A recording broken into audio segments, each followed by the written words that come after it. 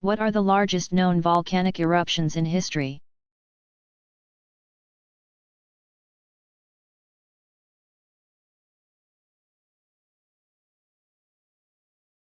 Scientists measure volcanic eruptions by the amount of material that a volcano ejects into the atmosphere. Based on this measurement system, the largest eruptions include, in descending order of strength: 1 at Yellowstone Park in the United States, c. 600,000 BC, another at Toba, Indonesia. About 74,000 BC, Atambara, Indonesia, eruption in AD 1815, Santorini, Greece, in 1470 BC. Loki, Iceland, in AD 1783, which also produced the largest known lava flow in recorded history. And another in Indonesia, at Krakatau, in AD 1883. The eruption in Yellowstone is hard to fathom. The volcano, which would have been located in present-day Wyoming, left a crater that measures 30 by 45 miles and released about 10,000 cubic kilometers of material into the atmosphere. To put this into perspective, consider that the next largest eruption, that at Toba, released 1/10 that amount, or 1,000 cubic kilometers. The one at Tambora released 1/10 of the Toba amount, 100 cubic kilometers. All of the others released about 10 cubic kilometers of earth debris into the atmosphere. The May 18, 1980, eruption of Mount St. Helens in southwestern Washington state is also considered among the largest known eruptions in history and is the largest eruption in the modern history of the 48 contiguous United States. Mount St. Helens released a comparatively small amount of material, 1 cubic kilometer, but the damage was great after the volcano erupted. Much of the region was blanketed in ash, miles of forest were devastated, and the North Fork of the Toutle River was laden with ash and other volcanic debris up to 600 feet deep. The eruption claimed 57 lives.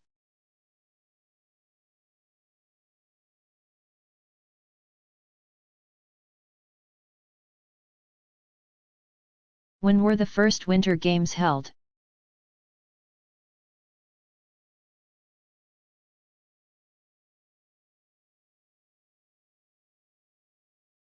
The Winter Olympic Games had a slow birth, making their first official appearance almost 3 decades after the first modern games were held in Athens, 1896. In 1901 Nordic Games were held in Sweden.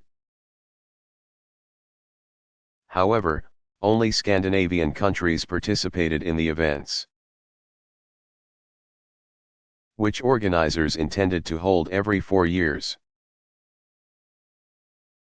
The Nordic Games constituted the first organized international competition involving winter sports.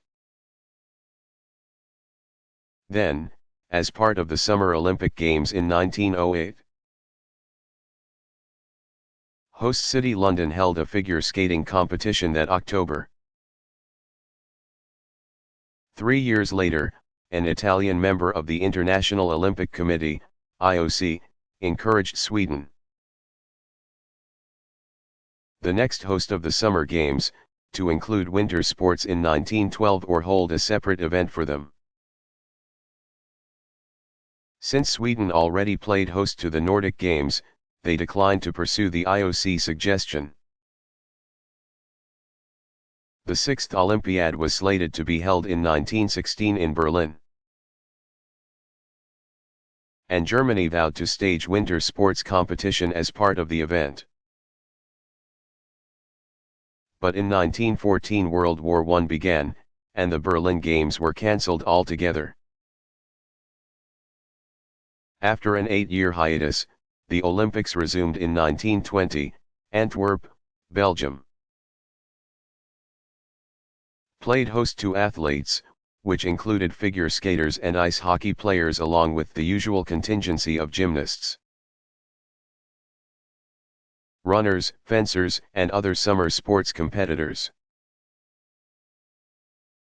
The first IOC-sanctioned competition of winter sports was held in Chamonix,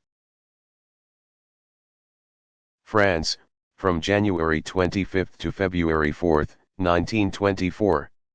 When the games were staged next, in St.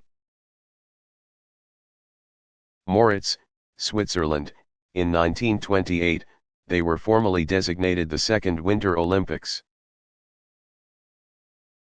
From that year, the Winter Games were held every 4 years in the same calendar year, as the Summer Games until 1994. In 1986 IOC officials voted to change the schedule. The result was that the 1992 Winter Olympics in Albertville, France, were followed only 2 years later by the Games in Lillehammer, Norway. The Winter and Summer Games are now each held every 4 years, alternating in even-numbered years.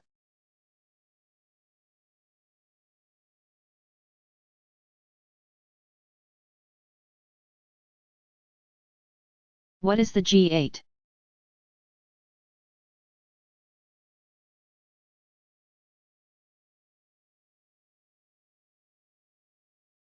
It is the Group of Eight, an annual meeting of the world's leading industrial democracies.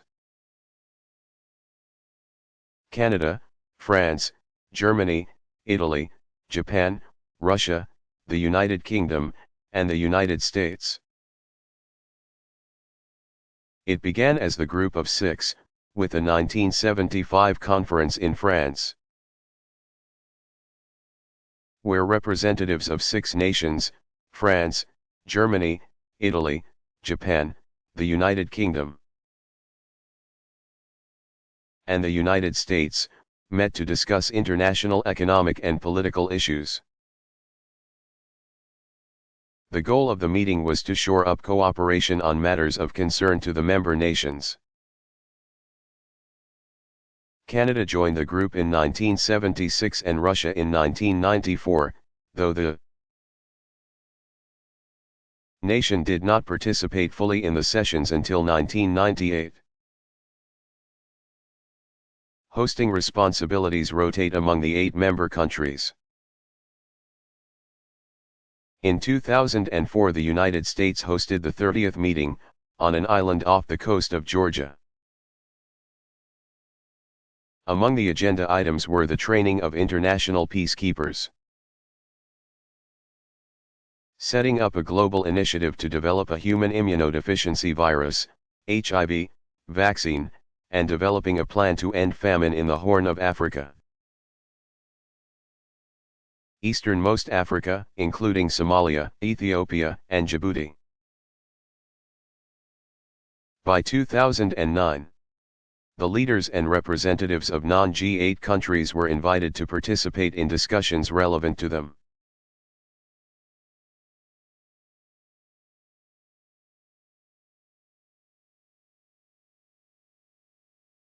What was the New Deal?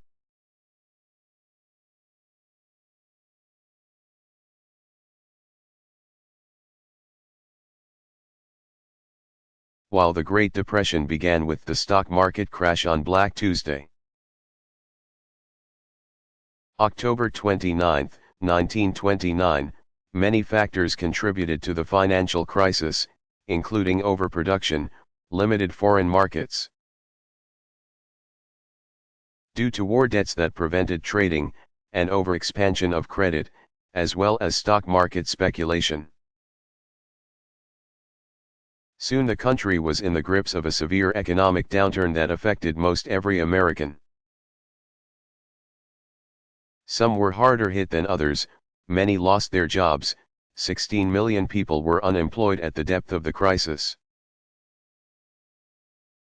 Accounting for about a third of the workforce, families were unable to make their mortgage payments and lost their homes.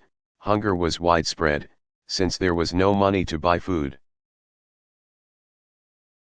The sight of people waiting in bread lines was a common one. It was amidst this crisis, which was soon felt overseas, that Franklin D. Roosevelt, 1882 to 1945, took office as president in 1933. In his inaugural address,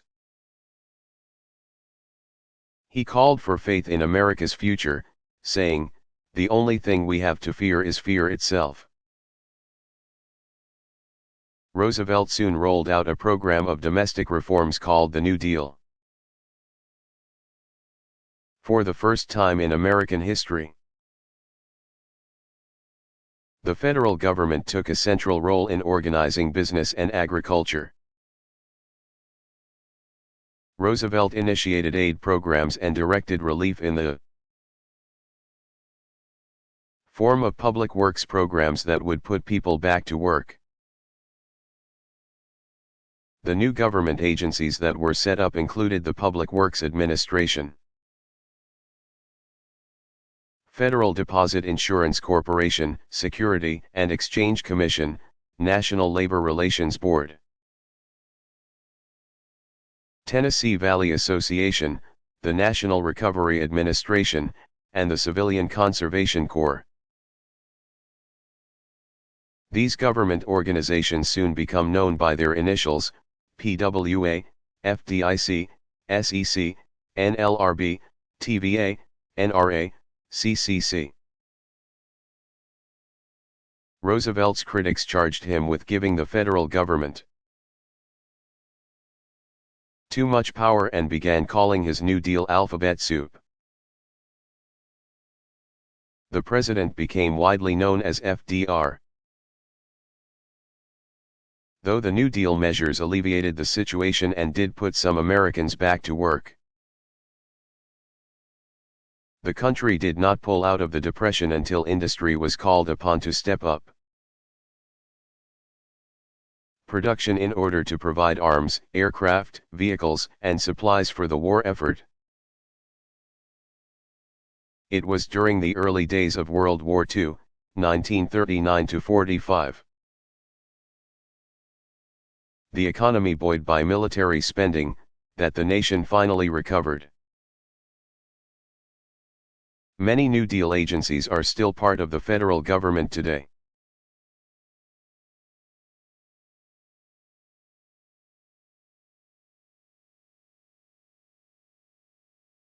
Who were the Molly Maguires?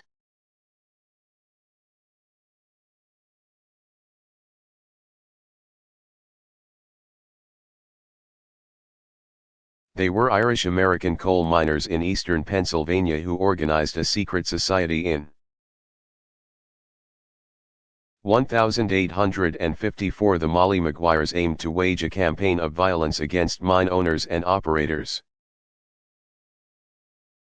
The name of the group came from a society in Ireland that used physical force to fight ruthless landlords. The American miners became determined to defeat their oppressors at all costs. Their numbers grew, and in the decade following the Civil War, 1861 to 65, the Molly Maguires were active both as agitators, and it would later be revealed, as assassins. In 1875 the group incited a coal miners' strike, which was broken by the detective work of Irish-American James McParland, 1844 to 1919. A Pinkerton guard hired by Philadelphia and Reading Coal and Iron Company to infiltrate the Molly Maguires. McParland revealed the identities of gunmen responsible for the deaths of 9 mine company foremen. Several members of the secret society were arrested. tried and convicted, in 1876, and hanged, in 1877, for the crimes. American sympathies for the plight of the miners were diminished by the headlines proclaiming the terrorist activities of the Molly Maguires. The society dissolved by 1877. Their presence, however, was long felt in the anthracite coal fields of Pennsylvania, where company police monitored activities in the mines and effectively intimidated many miners from organizing.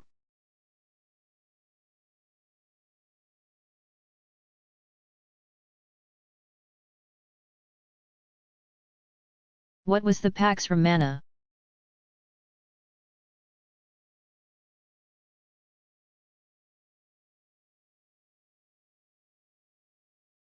The Pax Romana was the height of the Roman Empire, a period of peace that lasted from 27 B.C. to AD 180, roughly 2 centuries. During this time, no other country or force was strong enough to challenge the Roman Empire, so citizens turned their attention to commerce, learning, the arts, and literature, all of which flourished.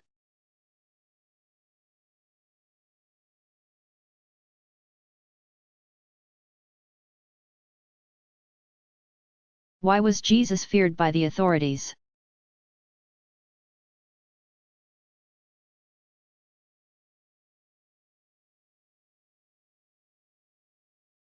There were 2 reasons Jesus, c. 6 B.C. AD 30, was feared by Palestine's leaders. First, as an advocate of the poor. He was an outspoken critic of the privileged as well as of Palestine's oppressive Roman rulers. Palestine was part of the Roman province of Syria during the lifetime of Jesus. Jesus openly accused the ruling class of hypocrisy and injustices. Second, some feared that if Jesus was the Messiah, he would lead a revolution. So the governors viewed him and his teachings as a threat to their authority.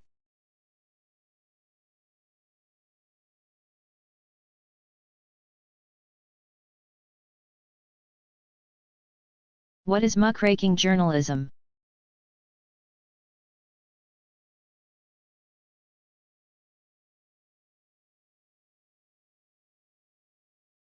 Muckrakers are journalists who seek out and expose the misconduct of prominent people or of high-profile organizations.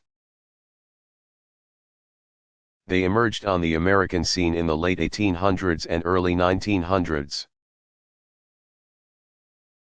Crusaders for social change, muckraking journalists wrote articles not about news events, but about injustices or abuses, bringing them to the attention of the American public. Published in newspapers and magazines, the articles exposed corruption in business and politics. While the early muckrakers were sometimes criticized for their tactics, their work succeeded in raising widespread awareness of social, economic, and political ills, prompting a number of reforms, including passage of pure food laws and antitrust legislation. American politician Theodore Roosevelt, 1858 to 1919, dubbed the controversial journalists muckrakers, a reference to a character in Pilgrim's Progress. By English preacher John Bunyan 1628 to 1688, who rejects a crown for a muckrake, a tool used to rake dung.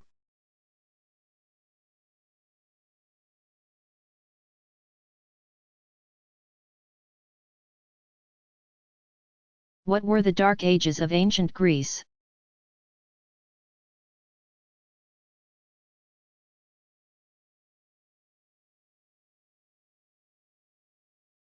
after the Dorians conquered the Mycenaeans in 1100 B.C., these nomadic peoples thrust Greece into a period of decline that lasted more than 300 years. The Dorians rejected the life of the great Mycenaean cities in favor of their nomadic shepherding and hunting life. A tribal people, they possessed a harsh sense of justice, and the period was marked by feuds between clans. Men typically carried weapons now made of iron. It was the Dorians who brought the new, more durable metal from the north, ending the Bronze Age in Greece. During this Dark Age, there is little evidence of Greek civilization. The script used by the Mycenaeans disappeared, and art, which had prospered during the Mycenaean Age, declined. Under Dorian rule, numerous Mycenaean cities were abandoned, and many regions and islands seem to have been depopulated. There is no evidence of trade with other countries. Poverty had overtaken the Greeks. As the Dorians took possession of the Greek mainland, a few Mycenaean communities survived in remote areas. Many Mycenaeans fled eastward to Athens, which became a haven for those who hoped for a return to the former civilization. Other Mycenaeans crossed the Aegean and settled on the coast of Asia Minor. Most of these refugees spoke Ionian Greek. A lasting legacy of the Dark Ages of Greece is its mythology. As Ionian Greeks attempted to hold on to the refined civilization of the Bronze Age, they commemorated the greatness of the past in song and verse, including Greek poet Homer's, c. 850-BC, Iliad and Odyssey. These epics were combined with 8th-century poet Hesiod's Theogony, an account of the creation of the universe and the generations of the gods, to give rise to a new Greek religion based on the god Zeus and 11 other gods who were believed to reside on Mount Olympus in northeastern Greece. The Greek gods were later adopted by the Romans and given different names.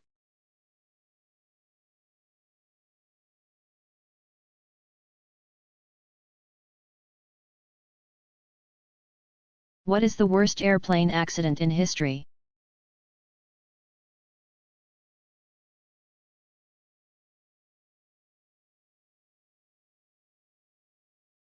With thousands of accidents since the beginning of aviation history, records differentiate among ground collision, mid-air collision, and single aircraft accidents. Some records differentiate by cause, including pilot error, weather, and fuel starvation. The worst ground collision and the deadliest airplane accident in history was the Tenerife disaster of March 27, 1977, which killed 583 people. Two Boeing 747 airliners ran into each other on Tenerife, in the Canary Islands, Atlantic Ocean. One was a Pan Am flight, the Clipper Victor, which originated at Los Angeles International Airport, made a stop at New York's JFK Airport, and was headed for the Canary Islands. It was diverted to Tenerife at the last minute due to a bomb threat at its destination airport on neighboring Las Palmas Island. The other 747 was a KLM flight, the Flying Dutchman, originating in Amsterdam. It, too, was diverted to Las Palmas's Los Rodeos Airport because of the threat there. On takeoff, the KLM plane slammed into the taxiing Pan Am plane. Heavy fog on the runway contributed to the disaster, but there were communication problems as well. According to tower records, the KLM flight had not yet been cleared for takeoff. Upon collision, the jumbo jets burst into flames. There were only 61 survivors. 54 passengers and 7 crew members, all from the Pan Am flight. The worst mid-air collision happened on November 12, 1996, over Charkadadri, India. 349 people perished when a Saudi Arabian Airlines Boeing 747 collided with a Kazakh Ilyushin Il-76 aircraft. There were no survivors. The worst single-plane accident happened on August 12, 1985, when a Japan Airlines Boeing 747 crashed into a mountain on a domestic flight, killing 520 people. There were 4 survivors, all of them passengers.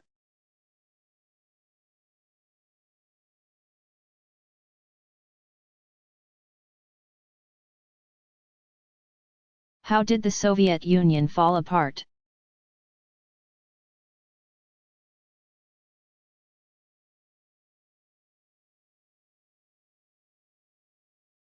Soviet leader Mikhail Gorbachev's 1931 liberal reforms met with the opposition of conservative communist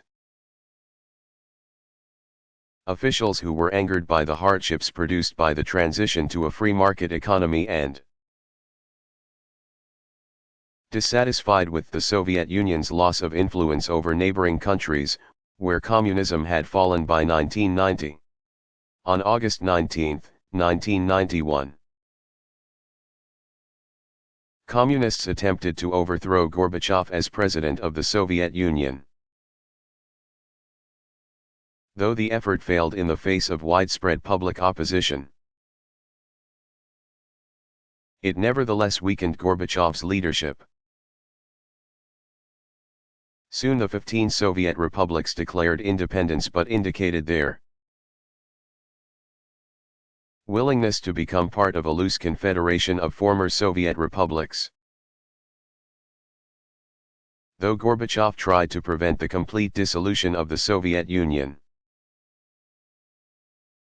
On December 8, 1991, the republics of Russia, Ukraine, and Belarus broke away completely from the Soviet Union and formed the Commonwealth of Independent States. All the remaining republics, except Georgia, followed suit. On December 25, Gorbachev resigned as president, and the Soviet Union ceased to exist. With continuing reforms in Eastern Europe and the end of the Soviet Union, by 1992 the only communist-dominated countries that remained were, with the exception of Cuba, Asian nations, China, Laos, North Korea, and Vietnam.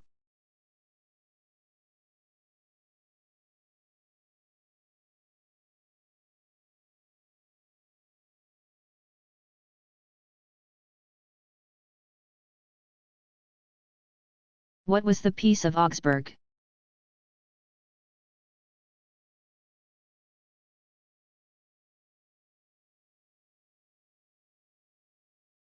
The Peace of Augsburg of 1555 came as a result of the Reformation and effectively carved up Europe between the Roman Catholic Church and the new Lutheran, Protestant, Church. Charles V, 1500 to 1558, was Holy Roman Emperor at the time, and though he hated to concede lands to Protestantism, he also wished to end the religious divisions in the empire. Princes who had themselves converted to the new faith convinced Charles to allow each prince to choose the religion for his own land. Thus, the Peace of Augsburg officially recognized the Lutheran Church and the right of the people to worship as Protestants.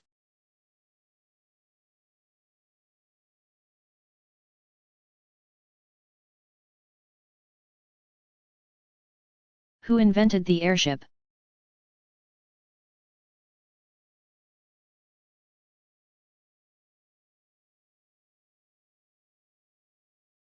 The airship, a lighter-than-air aircraft that has both propulsion power, and steering systems, had a long evolution. The first successful power-driven airship was built by French engineer Henry Giffard. 1825 to 1882, who in September 1852 flew his craft a distance of 17 miles from Paris to Trappes, France, at an average speed of 5 miles per hour. The airship was cigar-shaped with a gondola that supported a 3-horsepower steam engine. Though it included a rudder, the craft proved difficult to steer. Austrian David Schwartz, 1845 to 1897, is credited with designing the first truly rigid airship. A craft that he piloted unsuccessfully in November 1897, the airship crashed. The inventor whose name is most often associated with airships, also called dirigibles after 1885, is Ferdinand von Zeppelin. 1838 to 1917, who designed, built, and flew the first successful rigid airship in 1900. The Zeppelin. As the aircraft came to be known, flew at a top speed of about 17 miles per hour. The German aeronaut steadily improved his craft in the years that followed, and in 1906 set up a manufacturing plant where the Zeppelins were built. In 1909 Zeppelin helped establish the world's first commercial airline. The transport was wholly via airship. The craft saw military use during World War I, 1914 to 18. But after the Hindenburg crashed on landing in New Jersey in 1937, the airships declined dramatically in use. Their decline largely paralleled advances in the development of airplanes.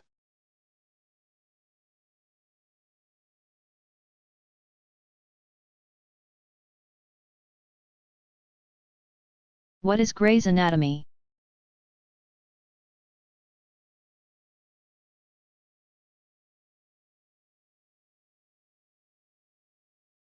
It is the popular name for anatomy of the human body, descriptive and surgical.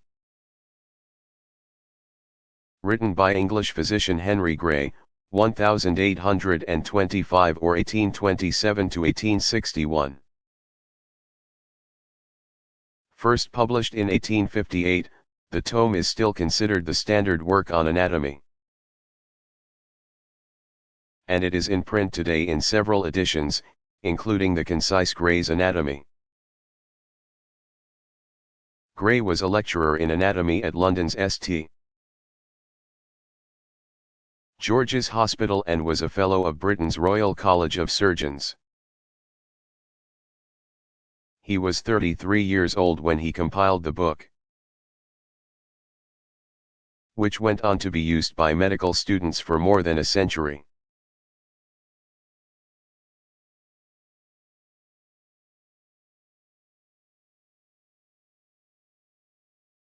What was the Trojan War?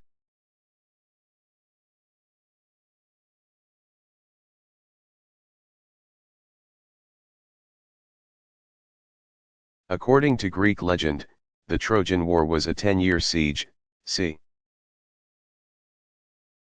1200 BC, on the ancient city of Troy, also called Ilium. The Greek poet Homer, c. 850 BC, chronicled the Trojan War in his epic The Iliad.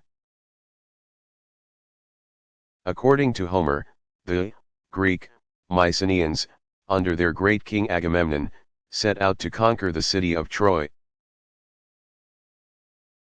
Situated on the Turkish coast at the southwestern part of the Hellespont. The Hellespont, now called the Dardanelles, and the Bosporus are narrow straits that connect the Aegean Sea with the Black Sea. As such, they are the gateway between Europe and Asia. And in Mycenaean times they held the key to control of the profitable Black Sea trade. In hopes of taking over that trade, Agamemnon's army attacked the powerful city of Troy, launching the decade-long campaign. The mythological war likely reflected a real war that was fought over the Dardanelles about 1200 BC.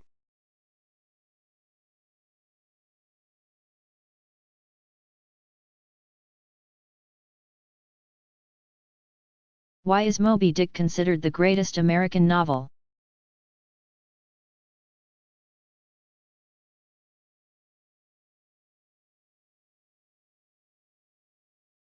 The 1851 novel by Herman Melville, 1819–1891, which opens with the familiar line "Call me Ishmael," has been acclaimed as one of the greatest novels of all time. Many regard it as the best American novel. Of course, determining the best is a purely subjective matter. And Melville's work has many worthy rivals for the distinction, but Moby Dick remains a compelling and finely wrought work in spite of the fact that it was not appreciated in its day. The story of a whaling captain's obsessive search for the whale that ripped off his leg. Moby Dick is both an exciting tale of the high seas and an interesting allegory. Interpreted as the human quest to understand the ultimately unknowable ways of God.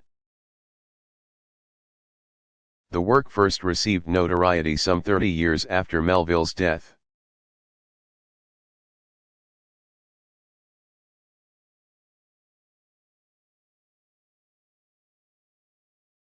What is the Patriot Act?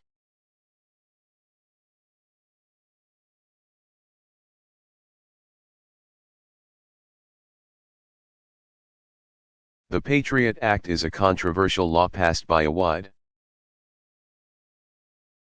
majority of Congress and signed by President George W. Bush, 1946, in October 2001. It was designed to strengthen national security following the 9/11 terrorist attacks. The legislation relaxes federal surveillance laws, granting authorities broad leeway to gather information on U.S. citizens and resident foreigners. It also expands the government's prosecutorial powers against suspected terrorists and their associates. The complex act, which contains 168 sections, allows the nation's intelligence and law enforcement agencies to, among other things, monitor email and financial transactions without securing a subpoena, use wiretapping without a court order, and require Internet service providers, ISPs, to hand over usage data on customers. One of the most controversial sections of the Patriot Act is the so-called library provision, which allows government officials to secretly subpoena books, records, papers, documents, and other items from businesses, hospitals, and other organizations. Critics feared that the government could use the provision to snoop into the reading habits of innocent Americans. the reaction to the provision was so strong that, according to the American Civil Liberties Union, ACLU, 5 states and 375 communities in 43 states had passed Anti-Patriot Act resolutions by spring 2005. Another contentious section of the Patriot Act allows the delayed notification of search warrants. This is called the sneak and peek provision because it lets federal officials search a suspect's home without telling the individual until later. While many legislators and security experts hailed the Patriot Act provisions as necessary in combating terrorism and securing the homeland, others immediately saw the legislation as a serious infringement of civil rights. Supporters pointed to the hundreds of charges brought against suspected terrorists, as well as hundreds of convictions, as a result of the Patriot Act. But critics, including legislators, the ACLU, conservative groups, and many citizens, called the act unconstitutional and unpatriotic. A top ACLU representative said, "Cooler heads can now see that the Patriot Act went too far, too fast, and that it must be brought back in line with the Constitution." The fallout included charges of abuses by law enforcement, the introduction of alternate legislation in Congress to revise or repeal sections of the Act, as well as challenges in court.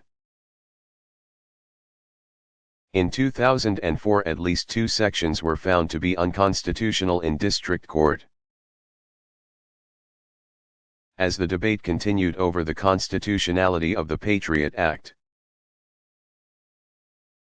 some provisions were set to expire the end of 2005. In April, 2 of the Bush administration's top law enforcement officials urged Congress to renew every provision of the Anti-Terror Act, Attorney General Alberto Gonzales, 1955, said that some of the most controversial provisions of the Patriot Act had proven invaluable in fighting terrorism.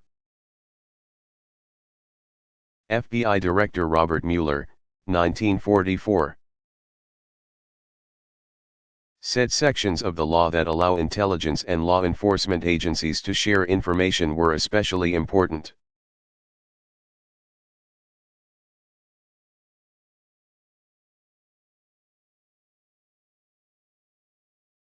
How many were killed by the A-bomb that was dropped on Nagasaki?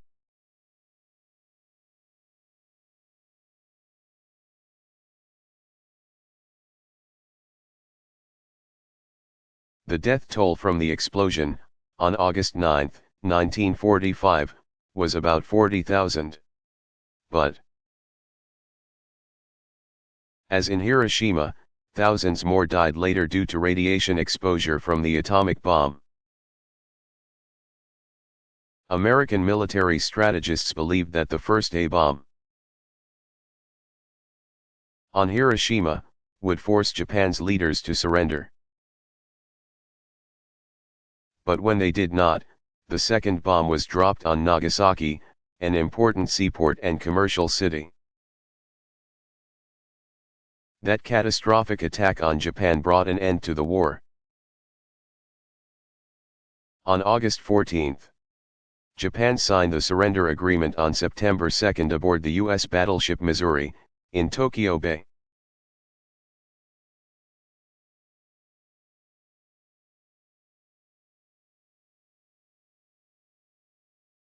What were the Freedom Rides?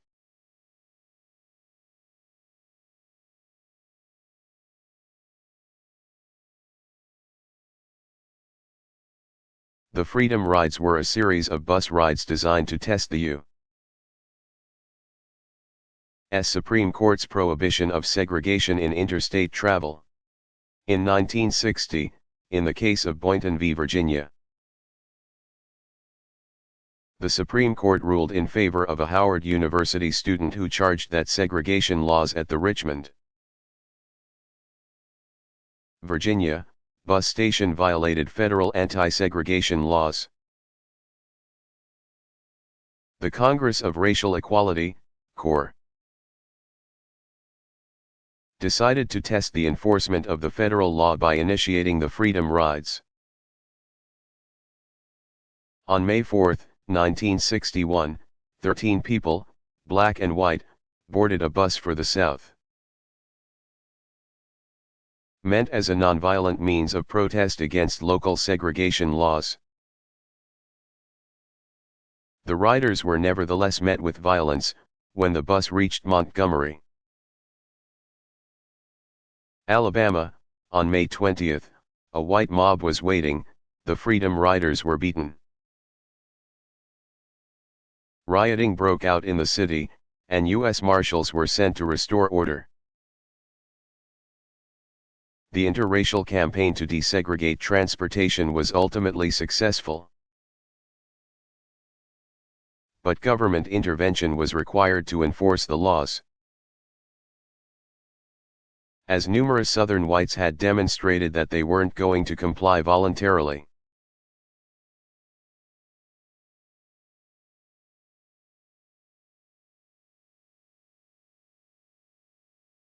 What are the facts about the Titanic?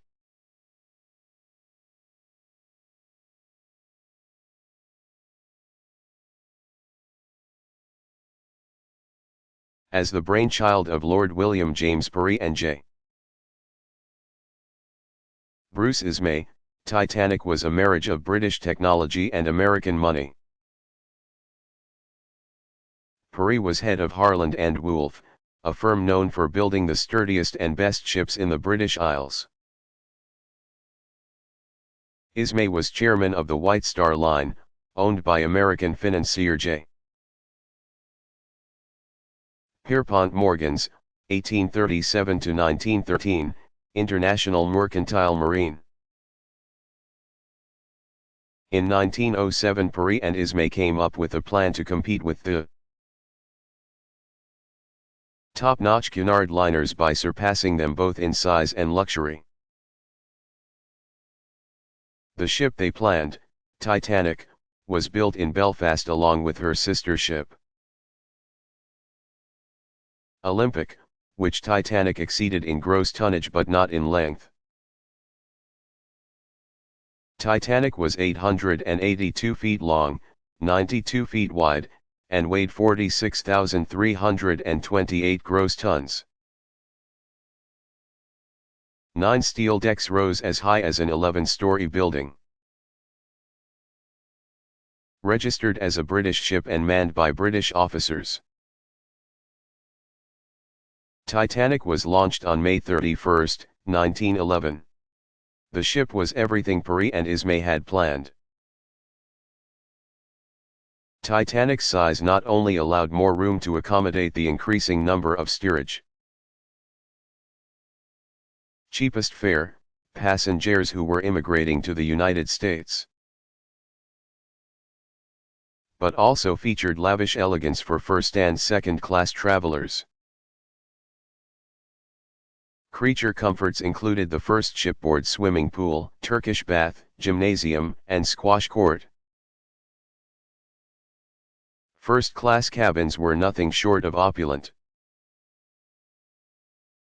including coal-burning fireplaces in the sitting rooms and full-size, 4-poster beds in the bedrooms. Additionally, there was a loading crane and a compartment for automobiles. The ship's hospital even featured a modern operating room.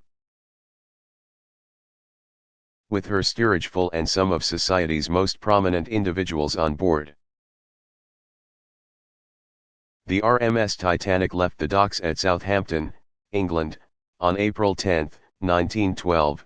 New York Harbor was her final destination. On April 14, the ship was traveling in the exceptionally calm and icy waters of the North Atlantic, near Newfoundland. At 11:40 p.m., Titanic scraped an iceberg, sustaining damage along the starboard, right, side, from the bow to about midship. The Titanic, which immediately began taking on water, sank in 2 hours and 40 minutes in the early morning hours of April 15. Only 711 of the 2,224 aboard survived. The 1,513 lost included American industrialists and businessmen John Jacob Astor IV, Isidor Straus, of R. H. Macy's, Benjamin Guggenheim, and Harry Elkins Widener. Survivors, mostly women and children who had been traveling as first-class passengers, were picked up by the Carpathia, which was 58 miles away when it received Titanic's distress signals. It took 3.5 hours for Carpathia to reach the site of the disaster, by which time the Titanic was gone.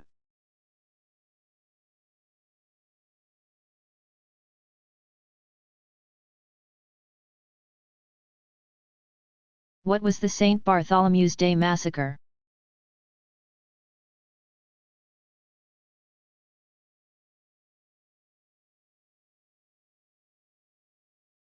It was a mass murder in 1572, which began on August 24, the Roman Catholic feast day of St. Bartholomew. The slaughter, which eventually claimed an estimated 70,000 lives,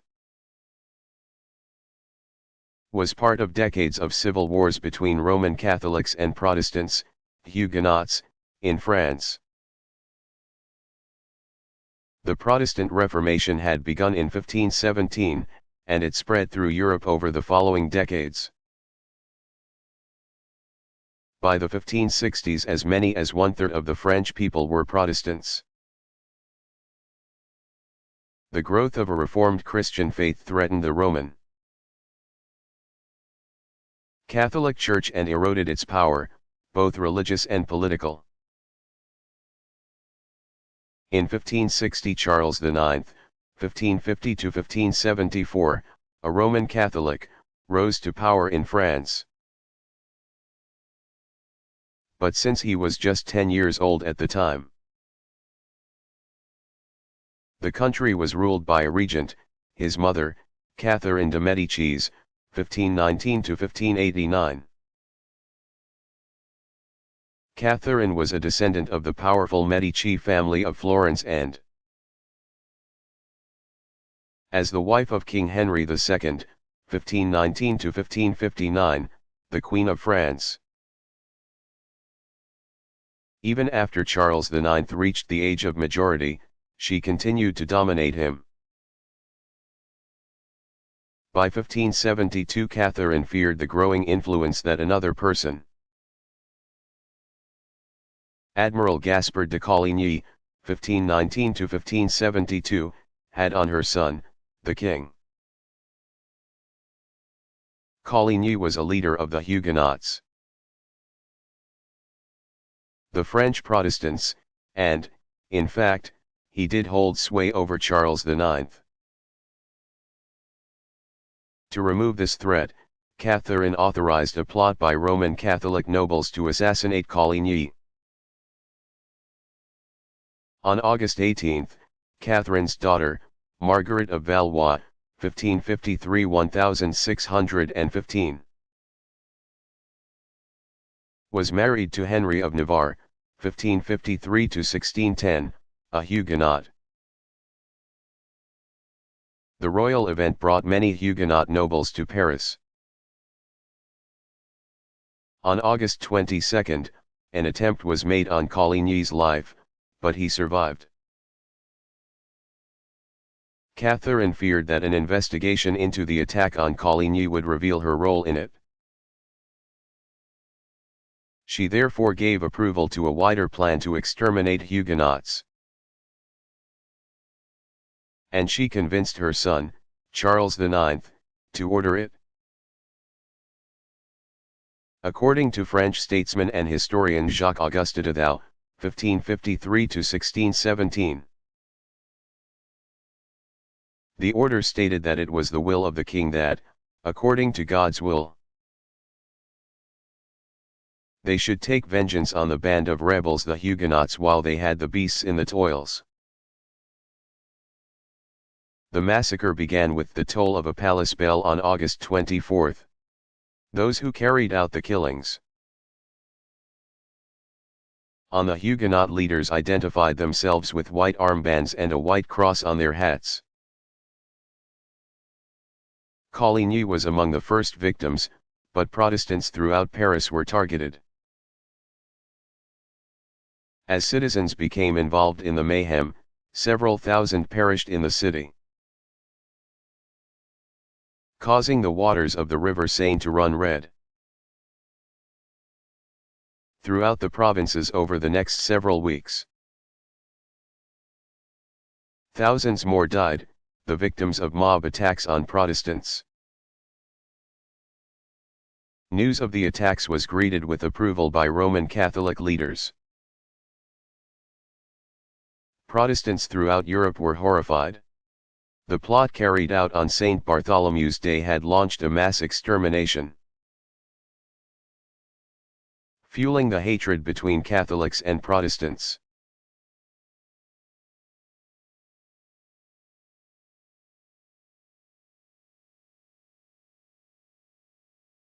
What did the Lusitania have to do with World War I?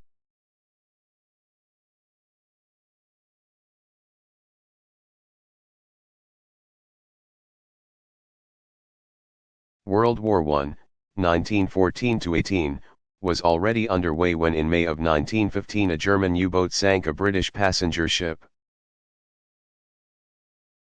the SS Lusitania, off the coast of Ireland. The ship had been launched in 1907 by Britain's Cunard Line to become the largest passenger ship afloat. When she was downed in the North Atlantic, 1,200 civilians, including 128 American travelers, were killed. President Woodrow Wilson, 1856–1924, warned Germany that another such incident would force the United States into entering the war. Germany heeded the warning only for a time.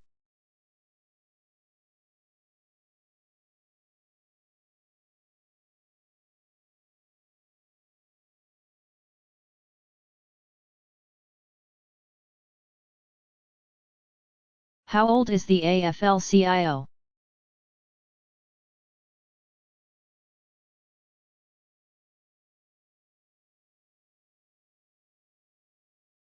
The roots of the American Federation of Labor Congress of Industrial Organizations. AFL-CIO, today a federation of national unions. Date to 1881 when the Federation of Organized Trade and Labor Unions was formed in Pittsburgh, Pennsylvania, by trade union leaders representing some 50,000 members in the United States and Canada. Reorganizing in 1886, the Association of Unions changed its name to the American Federation of Labor, AFL, and elected Samuel Gompers, 1850–1924, president. Unlike the open membership policy of the Knights of Labor, from whom the AFL gained numerous members in 1886, the AFL determined to organize by craft. At the outset, its member unions included a total of 140,000 skilled laborers.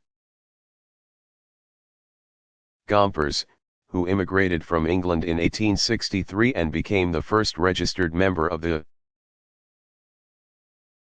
Cigar Makers International Union in 1864, had been active in labor for more than 2 decades. Once chosen as president of the AFL, Gompers remained in that office, with the exception of only 1 year. until his death in 1924. During the nearly 40-year period, he shaped the Labor Federation and helped it make strides by determining a general policy that allowed member unions autonomy. Unlike the Knights of Labor, which pursued long-term goals such as Knights leader Terence Powderly's abstract objective of making every man his own master, every man his own employer, the AFL focused its efforts on specific, short-term goals such as higher wages, shorter hours, and the right to bargain collectively, when an employer agrees to negotiate with workers/union representatives. In the 1890s, the AFL was weakened by labor violence, which evoked public fears. A July 1892 strike at the Carnegie Steel plant in Homestead, Pennsylvania, turned into a riot between angry steel workers and Pinkerton guards. The militia was called in to monitor the strike, which 5 months later ended in failure for the AFL-affiliated steel workers. Nevertheless, under Gompers's leadership, membership of the AFL grew to more than 1 million by 1901 and to 2.5 million by 1917, when it included 111 national unions and 27,000 local unions. The Federation collected dues from its members, creating a fund to aid striking workers. The organization avoided party politics, instead seeking out and supporting advocates regardless of political affiliation. The AFL worked to support the establishment of the U.S. Department of Labor, 1913, which administers and enforces statutes promoting the welfare and advancement of the American workforce, and the passage of the Clayton Antitrust Act, 1914, which strengthened the Sherman Antitrust Act of 1890, eventually delivering a blow to monopolies. The CIO was founded in 1938. In the early 1930s, several AFL unions banded together as the Committee for Industrial Organization and successfully conducted campaigns to sign up new members in mass production facilities such as the automobile, steel, and rubber industries. Since these initiatives, which resulted in millions of new members, were against the AFL policy of signing up only skilled laborers by craft, the CIO had reached out to all industrial workers, regardless of skill level or craft. A schism resulted within the AFL. The unions that had participated in the CIO membership drive were expelled from the AFL. The CIO established itself as a federation in 1938, officially changing its name to the Congress of Industrial Organizations. In 1955, amidst a climate of increasing anti-unionism, the AFL and CIO rejoined to form one strong voice. Today the organization has craft and industrial affiliates at the international, national, state, and local levels, with membership totaling in the millions.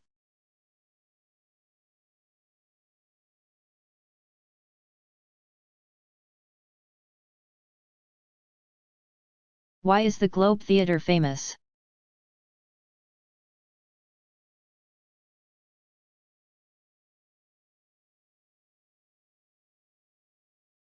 The Globe is known because of William Shakespeare's 1564 to 1616 involvement in it.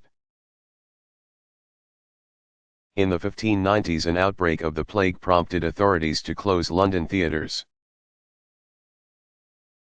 At the time, Shakespeare was a member of the Lord Chamberlain's Men, an acting company.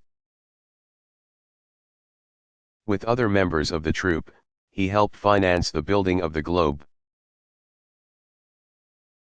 On the banks of the Thames River, which opened in 1599 as a summer playhouse. Plays at the Globe, then outside of London proper, drew good crowds. And the Lord Chamberlain's men also gave numerous command performances at court for King James. By the turn of the century, Shakespeare was considered London's most popular playwright. And by 1603 the acting group, whose summer home was the Globe Theatre, was known as the King's Men.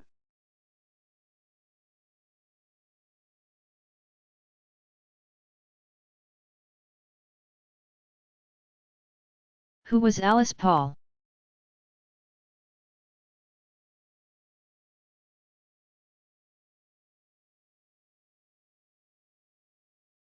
Alice Paul, 1885 to 1977, was a groundbreaking feminist before the word feminist came into fashion.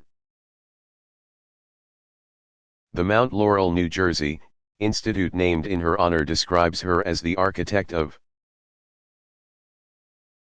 some of the most outstanding political achievements on behalf of women in the 20th century. Paul was born in 1885 to Quaker parents who instilled in her a belief in gender equality. After completing high school the top in her class, Paul graduated from Swarthmore College in 1905 and began work toward an advanced degree. In 1906 she traveled to England, where she continued her studies, did social work, and became actively involved in the suffrage movement. She was arrested 3 times for her involvement in protests. In 1916, when the American women's suffrage movement was divided and dead in the water,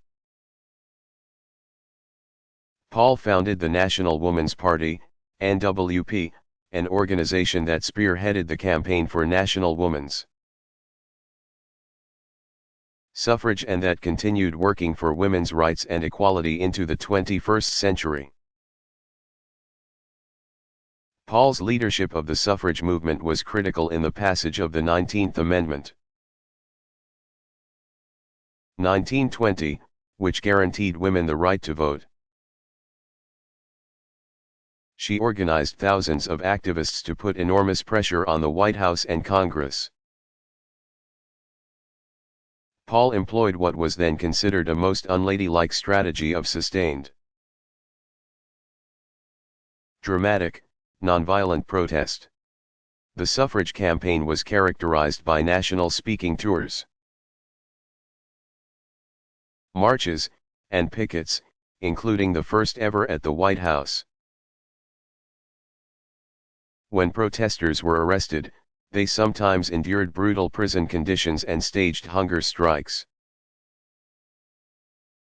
After passage of the 19th Amendment, Paul continued her studies, adding to her master's degree in social work, 1907, a doctorate in economics, 1912. She earned 3 more advanced degrees, culminating in a Doctor of Law degree in 1927 from American University. Called a brilliant political strategist, the forward-thinking Paul authored the first Equal Rights Amendment for women, which she introduced to Congress in 1923. In 1942 she became chairperson of the National Woman's Party. She later added language of gender equality to the Charter for the United Nations as well as the 1964 Civil Rights Act.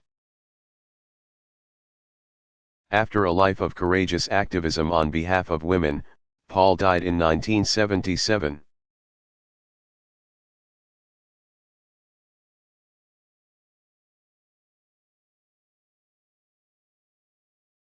How was paper invented?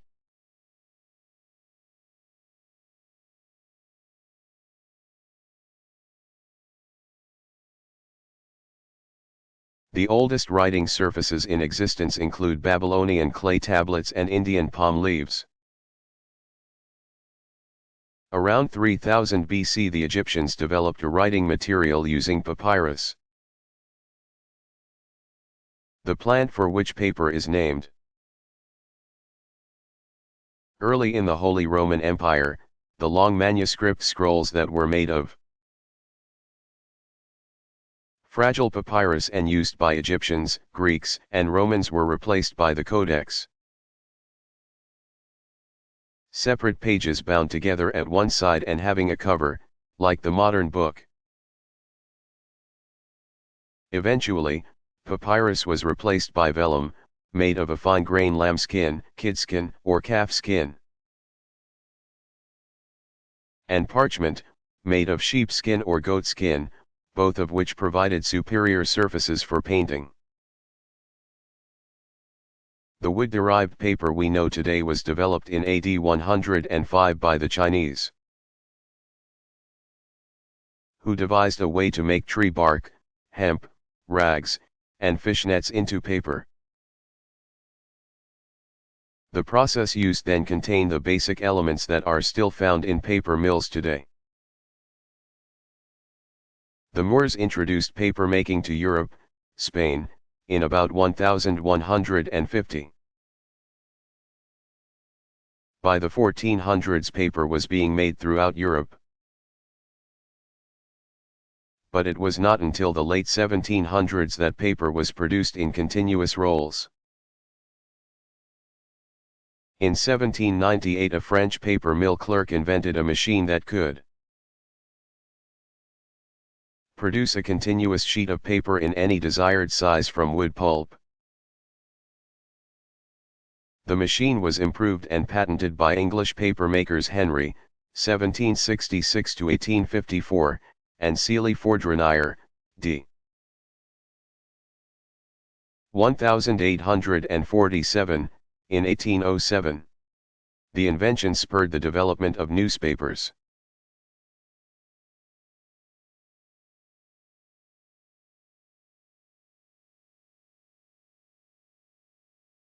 Why was the Internet invented?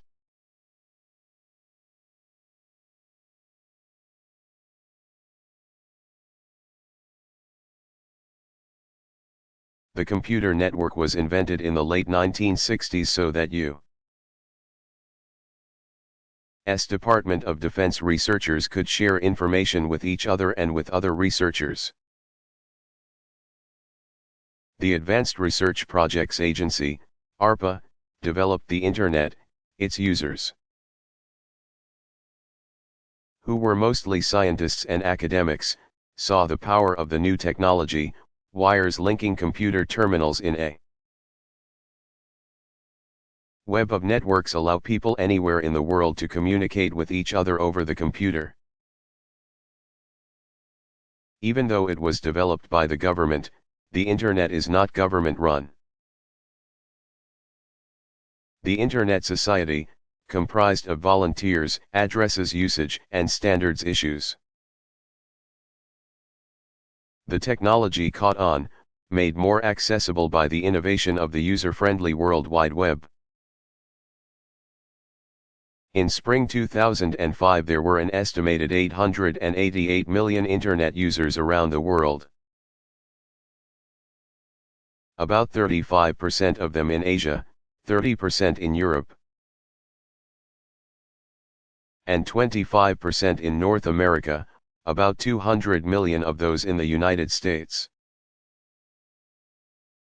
The powerful network had become part of everyday life in the developed world.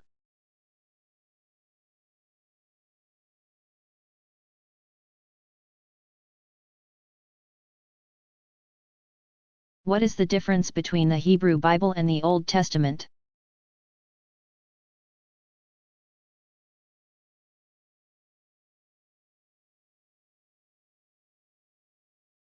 The Hebrew Bible is made up of 24 books.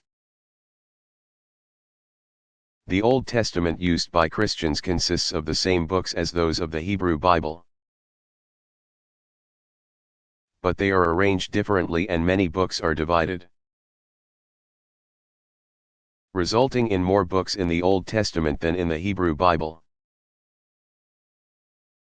Among Christians, the Old Testament varies between Protestantism and Roman Catholicism.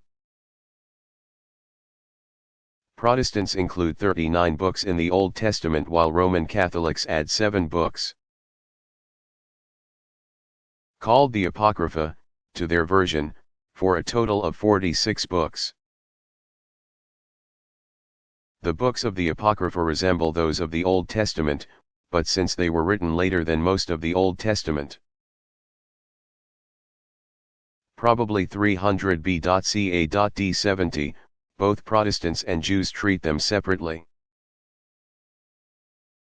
The Bibles used by all three religions, Judaism, Roman Catholicism, and Protestantism, begin with the same 7 books: Genesis, Exodus, Leviticus, Numbers, Deuteronomy, Joshua, and Judges. The first 5 of these were written by Moses.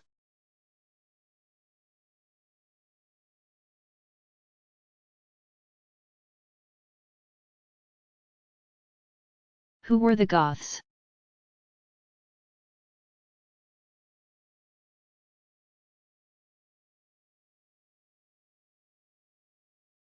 The Goths were a group of Germanic tribes who originated in what is now Scandinavia. As early as the 3rd century AD, the Goths invaded the eastern provinces of the Roman Empire. During the following century, they divided into 2 groups, a western group known as the Visigoths, who predominated north of the lower Danube River, in Central Europe, and an eastern group known as the Ostrogoths, who were situated north of the Black Sea, between Europe and Asia. Along with other tribal Germanic peoples, the Goths brought the downfall of the Roman Empire.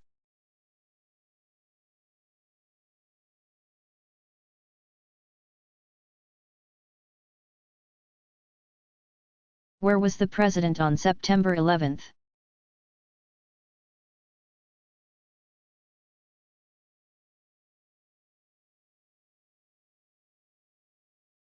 President George W. Bush, 1946, began the day at a Sarasota, Florida, elementary school, where he was expected to speak on his education program. At 9:00 a.m. he was notified of the first plane crash into the World Trade Center's North Tower. He was preparing to make his planned speech when, a few moments later, he was told of the second crash. After consulting with advisors, he addressed the gathering at 9:30 a.m., saying there had been an apparent terrorist attack on our country. At 9:57 a.m., Air Force One, with the president on board, took off from Florida. By 10 a.m. Bush had ordered the nation's military to high alert status around the world. At 11:40 a.m., the president's plane landed at Barksdale Air Force Base in Louisiana. There he remarked to the press, "Make no mistake. The United States will hunt down and punish those responsible for these cowardly acts." Shortly after 1 p.m., Air Force One departed Louisiana and headed to Nebraska's Offutt Air Force Base. Throughout the day the president was in contact with his top advisors, including Vice President Dick Cheney, 1941, who was reported to be in a secure location in Washington, D.C. At 4:36 p.m. the president's plane took off from Offutt to make the trip back to Washington. Bush arrived at the White House aboard presidential helicopter Marine One after Air Force One made an escorted landing at Andrews Air Force Base in Maryland. First Lady Laura Bush, 1946, arrived back at the White House separately via motorcade. She, too, was reportedly in a secure location throughout the day. At 8:30 p.m. the president addressed the nation via a televised broadcast from the Oval Office. In part he said, thousands of lives were suddenly ended by evil, despicable acts of terror. He went on to say, terrorist attacks can shake the foundations of our biggest buildings. But they cannot touch the foundation of America. These acts shatter steel, but they cannot dent the steel of American resolve. Further, he promised that the search was underway for those responsible. And he said the nation would stand with its friends and allies to win the war against terrorism. He ended his day with a national security meeting, which lasted nearly 2 hours.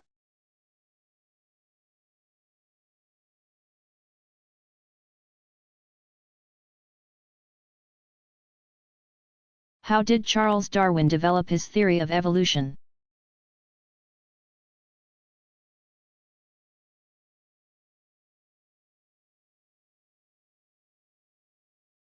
The English naturalist Charles Darwin, 1809 to 1882, was attending Cambridge when, through a friend, he gained appointment as naturalist aboard the HMS Beagle. The around-the-world voyage began in 1831, and Darwin was able to gather data on flora, fauna, and geology in the world's southern lands, the South American coasts, the Galapagos, the Andes Mountains, Australia, and Asia. The trip lasted into 1836, and in the years that followed Darwin published and edited many works on natural history, though none of them put forth his theory of evolution. It's interesting to note that Darwin's paternal grandfather, Erasmus Darwin (1731–1802), was a physician, botanist, and poet, who in 1803 wrote verse that he titled, "The Temple of Nature, or the Origin of Society," which anticipated the theory of evolution that his grandson would put forth. Encouraged by Sir Charles Lyell, 1797–1875, who is considered the father of modern geology, Charles Darwin wrote out his theory. Coincidentally, he received the abstract of an identical theory of natural selection, formulated by English naturalist Alfred Russel Wallace, 1823–1913, who had arrived at his conclusions independently of Darwin. Wallace had made his formulation of evolution based on his study of comparative biology in Brazil's Amazon River and the East Indies, Malay Archipelago. In 1858 Darwin published both his work as well as the abstract written by Wallace. The following year he backed up his theory in On the Origin of Species by Means of Natural Selection, which was found to be scientifically credible. It was widely read by the public, which snatched up so many copies that the first printing of the first edition sold out in only one day. Darwin added to this work with The Descent of Man in 1871.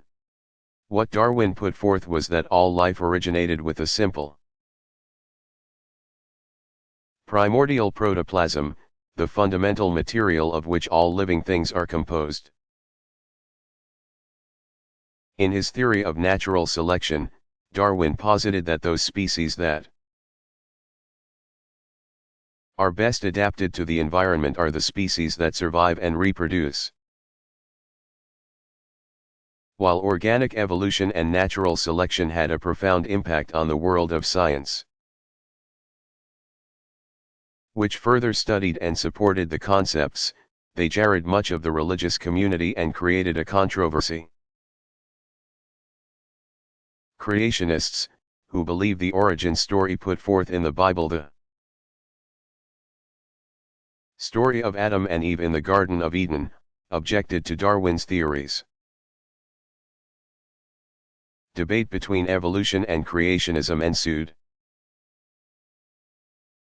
most notably in the so-called Scopes monkey trial of July 1925, Dayton, Tennessee. Public school teacher John T. Scopes, 1900 to 1970, was charged with violating a state law that prohibited the teaching of evolution.